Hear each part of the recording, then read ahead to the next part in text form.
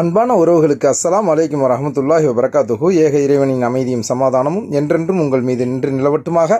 இன்று நாம் பார்க்க போகிற டிப்ஸ் இந்தோமி நூடுல்ஸ் எப்படி செஞ்சேன் அப்படிங்கிறத உங்களுக்கு சொல்கிறேன். இன்றைக்கி நான் பருப்பு வச்சு மணத்தக்காளி கீரையை சமைச்சேன். ஏன்னா அது மதியானம் சோத்தில் பரட்டி சாப்பிட்டோம். செம அடிபுளி டேஸ்ட்டு, மாஷா அல்லாஹ். ஆனால் அதில் மீந்ததை என்ன பண்ணேன்னா, ஏன்னா இந்தோமி ஒரு பாக்கெட் இருந்தது, எடுத்து போட்டு வேக வச்சு அப்படியே அந்த பருப்பு இதை பாருங்கள், கீழே இருக்குது பாருங்கள், தெரியுதா?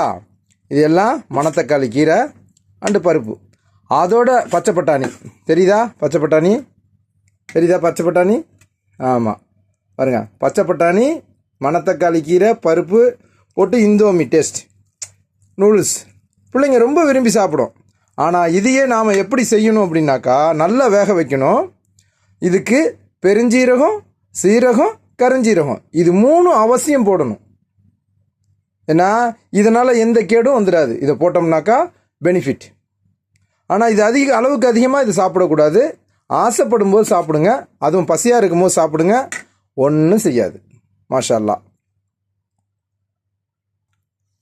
அண்ணன் சீமான் சொன்ன மாதிரியே நானும் சொல்கிறேன், இருக்கிறவன் பசிக்கும் போது சாப்பிடு, இல்லாதவன் கிடைக்கும் போது சாப்பிடு, உடம்பு ஆரோக்கியமாக இருக்கும்.